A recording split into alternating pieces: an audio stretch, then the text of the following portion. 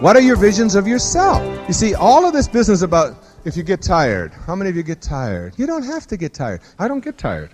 When it's time to go to sleep, there's no insomnia in my life, and there doesn't have to. Insomnia is one more of those things where you start telling yourself, I'm not going to be able to sleep. Look, you've been out, you're partying, you're at a convention, you're in New Orleans, get into bed, let's say, and it's 2 o'clock, and you know you got to get up at 6. You look at your watch. All right, it's 2 o'clock. 3 o'clock? 4 o'clock, 5 o'clock, 6, 1, 2, 3, 4. If I were to fall asleep right this second, and I'm not even close, all right, I'd only get 4 hours of sleep. Here it comes, ready? Great imagery now. Boy, am I going to be tired tomorrow. Whew! Oh, I'm going to be tired. That'll keep you awake for at least an hour, all right? Your body just kind of goes, oh, my God, and you start interfering with it. Your mind starts programming you, all right? Now, an hour later, you look at your watch and say, 3 o'clock, 4 o'clock, 5 o'clock. 3 hours. Now you upgrade your neurotic expectations for yourself. I'm going to be a zombie tomorrow.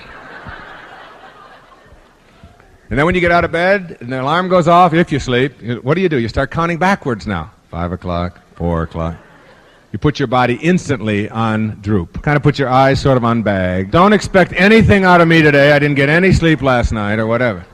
Until someone comes along halfway through the day and says, you know, we got a game tonight and we're going to go out and have a few drinks and we're going to, hey, that's great. Yeah, I think I'd like to do that. It's a choice. You ever notice how tired you get when you got something unpleasant to do? You know, you look at the lawn equipment and look at the roller and the edger. I'm going to lie down for 3 or 4 months. I'm really tired. It's a choice. If you just tell yourself, I don't need to think tired thoughts. When I tell you that the kind of visualization I'm talking about can end asthma, asthma is an easy one. Anybody who's suffered with asthma, and I've had a stepson who's had it, he holds on to it and he believes it and he wants to hang on to it, and that's it. He's going to have asthma until he doesn't want it anymore. And I tell him that and he just gets mad because he wants to hold on to his asthma. And he gets a lot of attention for it, and he gets a lot of people to remind him that he's sickly and that he can't do this and do that. And so he gets a lot of positive sort of affirmation for his negative reaction. I have seen people eliminate a lot more than asthma. When people ask me, what kind of a therapist are you? Where do you fit in? You know, are you a behaviorist? Are you a rational emotive therapist? Are you Freudian psychoanalyst? I call myself a do-do therapist. And I really mean that. A do-do therapist is someone who believes in the great secrets of the universe. One of the great secrets that you'll read in Icus is that I hear and I forget. I see and I remember. I do and I understand. And not one moment before. I mean, not one of you who knows how to swim by watching somebody else do it or listening to somebody else give you instruction. You know how to swim because you got in the water and you flop around and you fill your mouth up a few times and then eventually you do. And you know something? What do you think is the difference in your physical skills between the moment before when you couldn't swim and the moment afterwards when you did let go and could swim for the first time? You think your physical skills are any different? They're exactly the same. We all know how to swim. Now you believe you can. And when you believe you can, you just do it. You just do it. And if you can't ride a bicycle, there's a woman who came to me and said, I can't ride a bicycle. My parents wouldn't let me. My mother would never let me get on a bicycle when I was a little kid. And I had these big white teeth and she was afraid I would break them. And I said, okay, that's great. Let's go. She said, go? Where are we going? She wanted to sit in the office. I said, I've got a bicycle downstairs in the garage, and we'll just go on, and I'm going to teach you how to ride a bike. You think I'm paying these kind of prices to come here and have you teach me how to ride a bicycle? I want to know why I can't. I said, oh, well, you didn't say that. That'll take another 30 seconds. You can't because you never got on one. And as soon as you do, and are willing to fail and fall down a few times, then you'll know how to ride it. And until that, you can blame mama forever. But it isn't going to change a thing. If you want to change something in your life, if you want to quit smoking, you don't need to go to the shit clinic. You don't need to go and poke holes in your cigarettes, so you get a hernia. trying to get that nicotine down into your lungs, and a little bit less each time. And they have now a thing out called poo-poo spray. I don't know if you've seen this, but it smells like poo-poo, all right? And you spray it on your fingers so that every time you go, oh, no, I won't be having any of those today, no. Now, you don't have to do that. What you do is, the first thing you do is you see yourself as an ex-smoker. You just see that. You visualize yourself there, and you take credit for having such a wonderful picture of yourself. You do that first. And then the second thing you do is you tell yourself how easy this is going to be. This isn't hard. There's nothing difficult about quitting smoking. You just do it. You just don't put cigarettes in your mouth, one day at a time. That's what you do. And you don't tell yourself, I'm going to want them, I'm going to get fat, and all of these you don't do that. You stop the blame, and you do it. You want to lose weight. You see yourself looking the way you want to look, instead of going on a diet. Everybody I know on a diet is fat.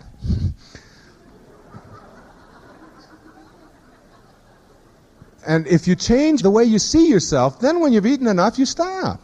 You just see yourself in a different way. You stop that. No, I don't want any more. You say, I think I'll exercise a little more. I'm going to go out and I'm going to do some kind of exercise. I'm going to walk. I'm going to get myself on an exercise bike. I'm going to go to a dance class. I see myself this way. Now I'm just going to act out on that instead of saying, oh, it's so hard to quit. It's just so hard to lose weight. I'm so depressed. I think I'll have some candy as soon as I get over that, And I had a person come up to me after a talk one time and said, Dr. Dyer, you mean to tell me you never get depressed, ever? I said, of course not. She says, oh, that's depressing. Oh, that depresses me even more. You see, it depends on how you see yourself. I was in Redondo Beach, California, just the other day, and I was going to speak out there at a church in the evening to a large group. I had to rent a car, and I was driving through the town and looking for the Palos Verdes Hotel where I was assigned to stay, but I didn't know how to get there. And I had an idea of where it was, but I wasn't sure. And you've all been in that position, a tourist in a beach town looking for your place. I had my turn signal on, and I had it on for a block or so, and then realized that it's 2 more blocks up. I took it off and waited. And there was somebody behind me who was having a myocardial infarction over my behavior. I am blasting on his horn and so on. And then I looked up into the mirror and I could see him pounding on the dashboard of his car in anger. It's like, how dare you? And I wanted to stop the car, and get out and say, everything's going to be fine. This is all going to work out just right. I'm going to be turning in another few blocks and you can go on. Your life's going to be fine. And I ask you, the people here tonight in this room, what do you think caused that? What do you think created that kind of reaction in this person, where a stranger in a rented car that even says rented car on the back of it could go to that level of hatred and anger over a simple behavior of another human being, and a very normal behavior at that? What do you think caused that? You think it was me that caused that in him? You think it was my car, my behavior, my driving? It's none of that, see? That's really the only message that I have, is that who you are is the result of how you choose to process your life and the world and how it's presented to you. And until you understand that nobody out there in this planet, in this universe, has the power, the control to make you be or think or act or behave or emote in any way other than the way that you choose.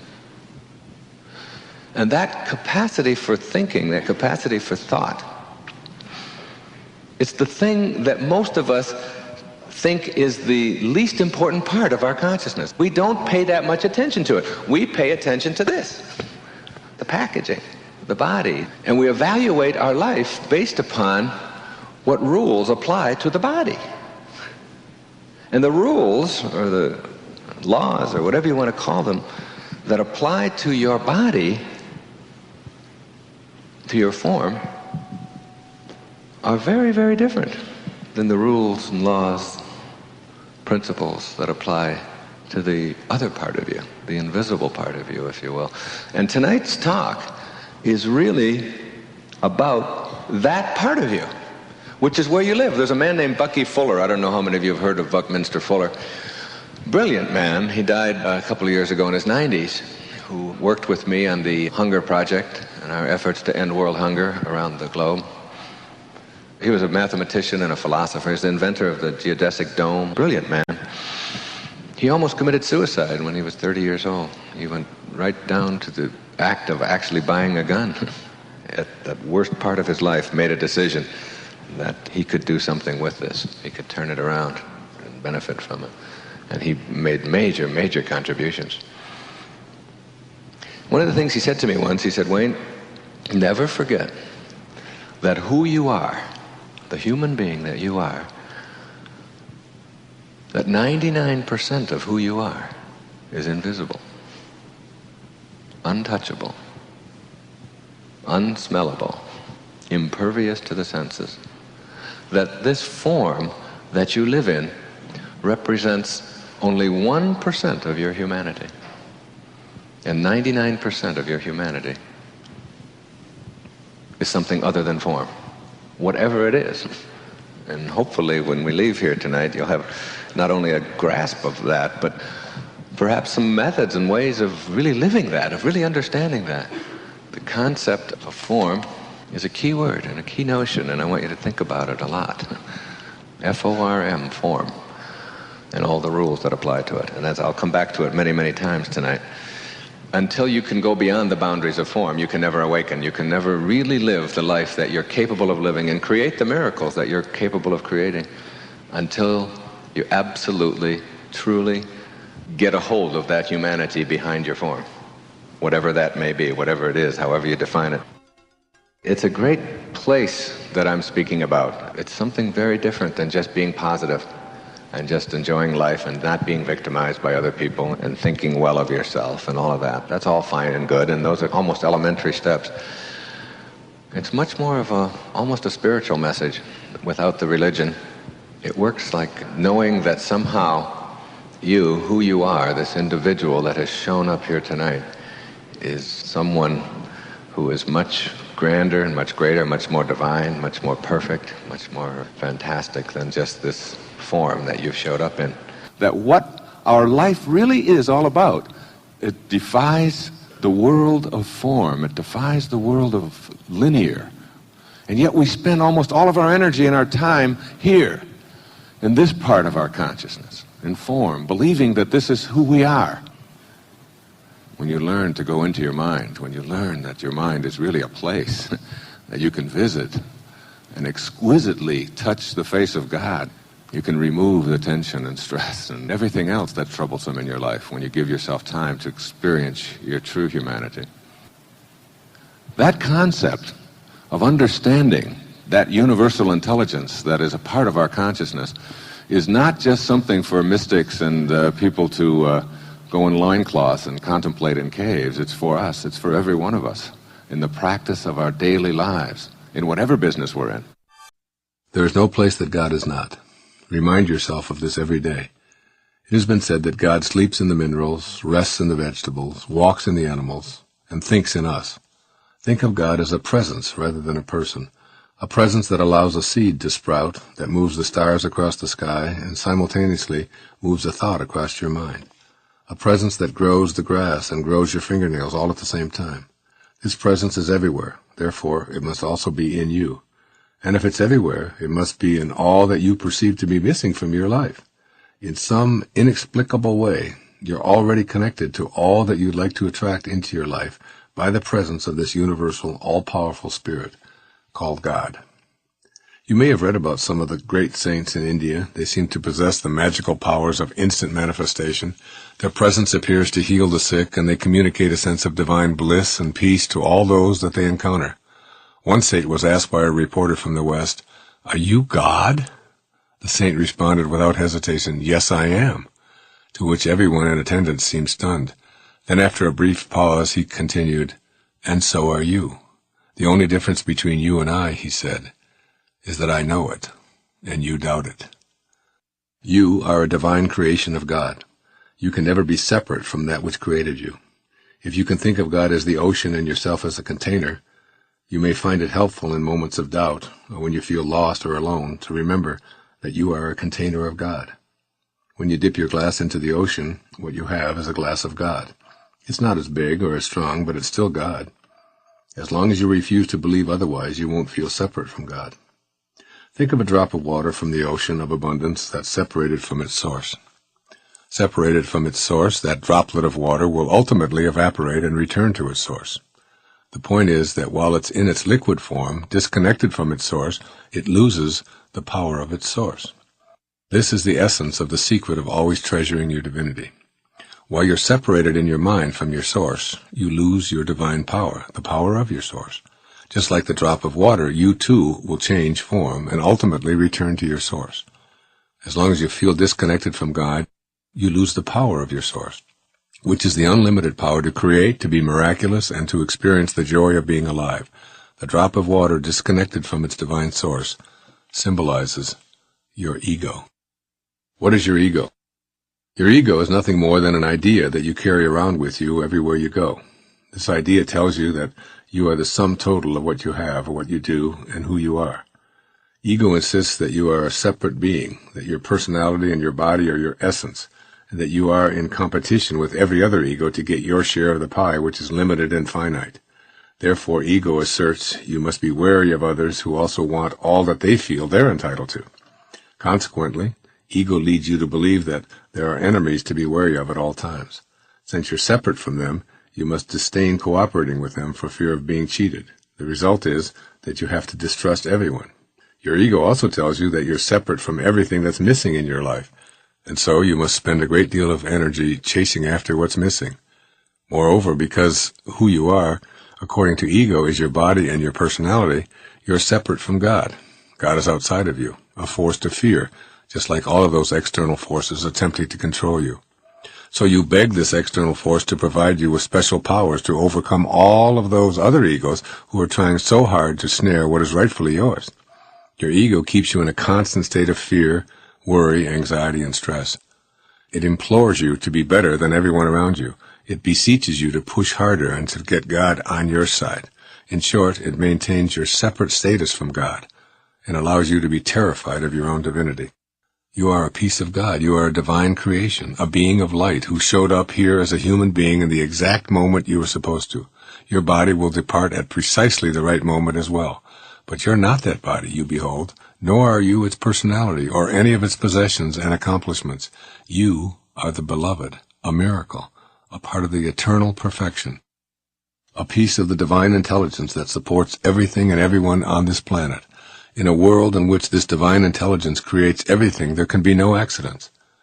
Every time you experience fear, self-rejection, anxiety, guilt, or hate, you're denying your divinity and succumbing to the influences of that insidious ego mind that has convinced you of your disconnection to God.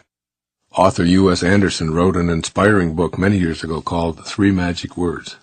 Mr. Anderson writes about the ability to become a miracle worker and to live up to the ideal of the promise made by Jesus Christ. Even the least among you can do all that I have done, and even greater things. The author doesn't reveal what the 3 magic words are until the end of the book, when the reader discovers that the words are, "You are God."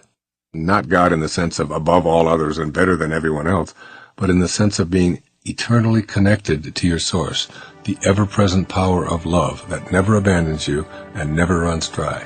You can rely on this source if you remind yourself that it includes you at all times. Resist not evil means giving up fighting your problems. I want to stress again the significance of removing force from your life as a way of achieving a problem-free life. When you become a fighter against anything, you join forces with that which created the problem in the first place. When Mother Teresa was asked during the Vietnam War, "Will you join our march against this war?" she replied, "No, I won't. But if you have a march for peace, I'll be there." When we put our collective energy on what we are for, bringing kindness and love to bear on our differences of opinions, the need to resist ends. It is only through a change in consciousness that our world will be transformed. This is true of your life and all of your problems as well. Hold no one or no thing in judgment. In the material world, we often find ourselves in conflict because of our opinions about right and wrong.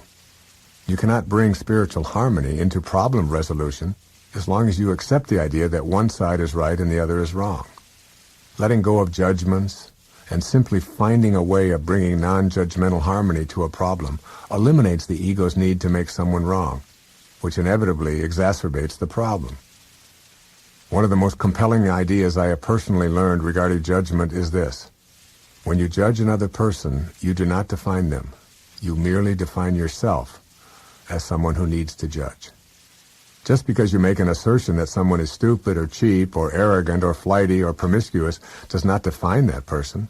It only says something in you is having a conflict with something outside of you. If judgment continues without seeking the source of the conflict within you, problems will continue unabated. Your own level of spiritual energy is immediately raised when you are able to resist that temptation to judge others as wrong and yourself as right. True nobility is not about being better than anyone else. It is about being better than you used to be. Knowing that you have just as much to teach me as I to teach you affirms for me that I am not better than any person out there on this planet. Yet at the same time, I know that I am better than I used to be. Much better. I am no longer dominated by my ego's need to be right, to accomplish and triumph. I now ask how may I serve before wondering what's in it for me. I teach meditation rather than medication, and I'm a better father, husband, and son than I once was. You must slow down to speed up your spiritual energy. Ironically, fast-paced, frantic activity is a very low, slow form of energy. When your mind and your body are in a constant state of worry and anxiety, meeting deadlines and scurrying to keep the next appointment, remember that in the world of physical form, the actual energy pattern is extremely slow. Hence the irony when you slow yourself down and emanate peaceful, tranquil thoughts, you actually send the anxiety and stress out of your life. Similarly, when you meditate, you bring God's silent love into your present moments. By slowing your mind and freeing it from the endless chatter of thoughts competing against other thoughts, you allow the fastest vibrations of spirit to enter. I have used a technique in traffic to slow my mind down and consequently allow the peace of God's fast vibrations to be present within me. When I am stopped at a red light, I usually choose to use this minute to still and stop my mind as well. I find that I can simply close my eyes, meditate for the prescribed stoppage time, and experience the peace of that moment. I have also discovered that there is almost always someone behind me who will give me a considerate wake-up honk to remind me that my meditation time is up. Here is one of the most famous prayers of all time. It's the prayer of St. Francis of Assisi, upon which the remainder of this program is based. Lord, make me an instrument of thy peace. Where there is hatred, let me sow love. Where there is injury, pardon. Where there is doubt, faith. Where there is despair, hope. Where there is darkness, light. Where there is sadness, joy. O divine Master, grant that I may not so much seek to be consoled as to console, to be understood as to understand, to be loved as to love. For it is in giving that we receive. It is in pardoning that we are pardoned. It is in dying to self that we are born to eternal life. St. Francis of Assisi. What follows are 4 ways of thinking that can prevent you from reaching for and connecting to the universal creative spirit of intention. First, thinking about what's missing in your life. To match up with intention, you first have to catch yourself in the moment that you're thinking about what's missing, and then shift to intention.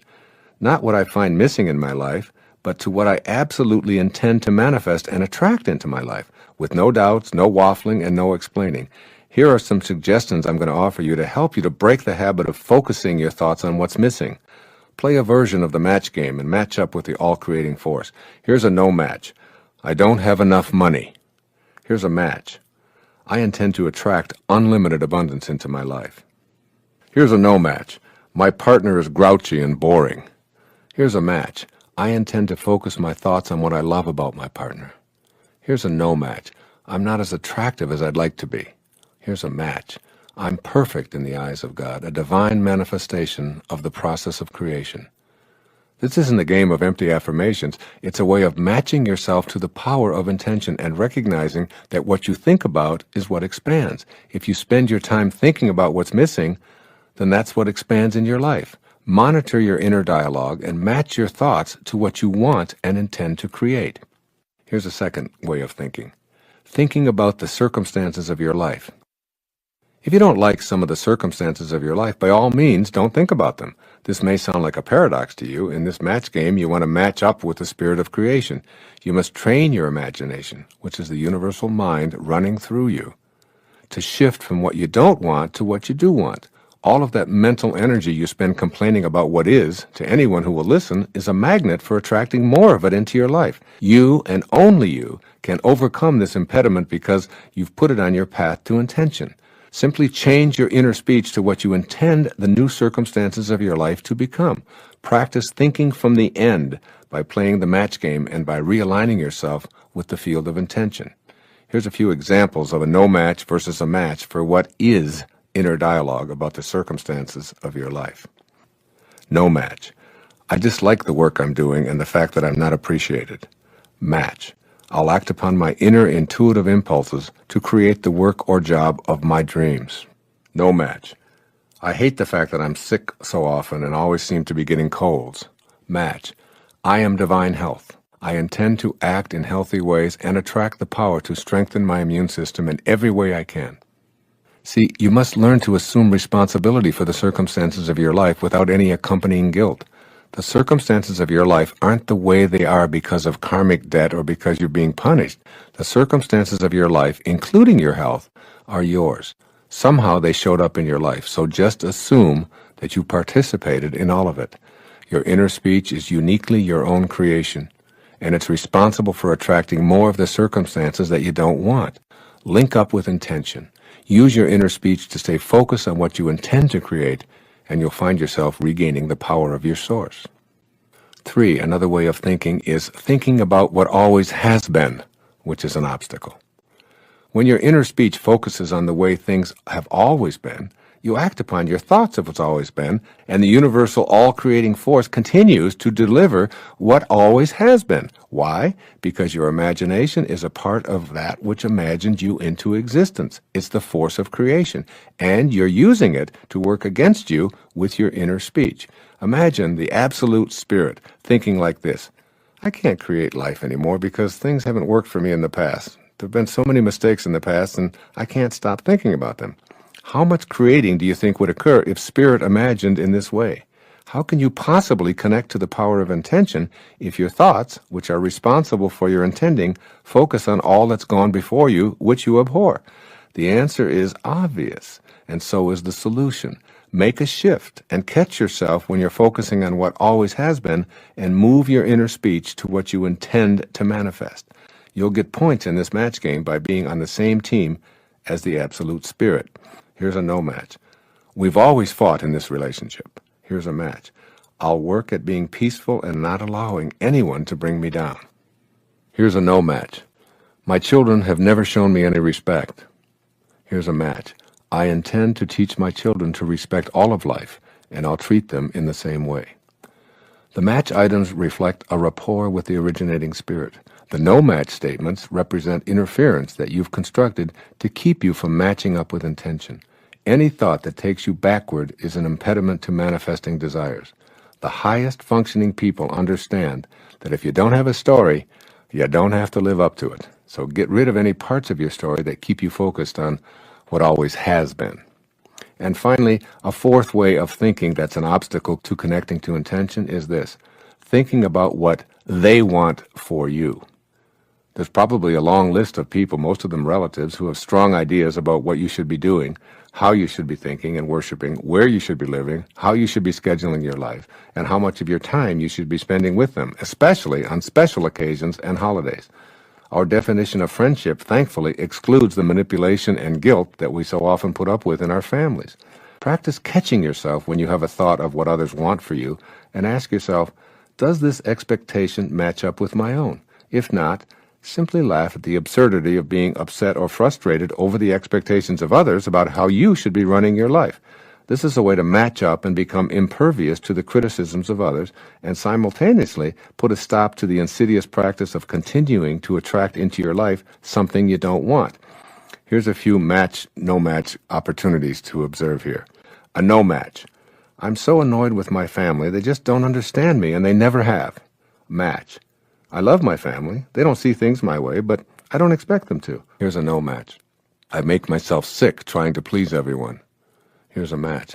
I'm on purpose and doing what I signed up to do in this lifetime. Here's a no match. I feel so unappreciated by those I serve that it sometimes makes me cry. Here's a match. I do what I do because it's my purpose and my destiny is to do so.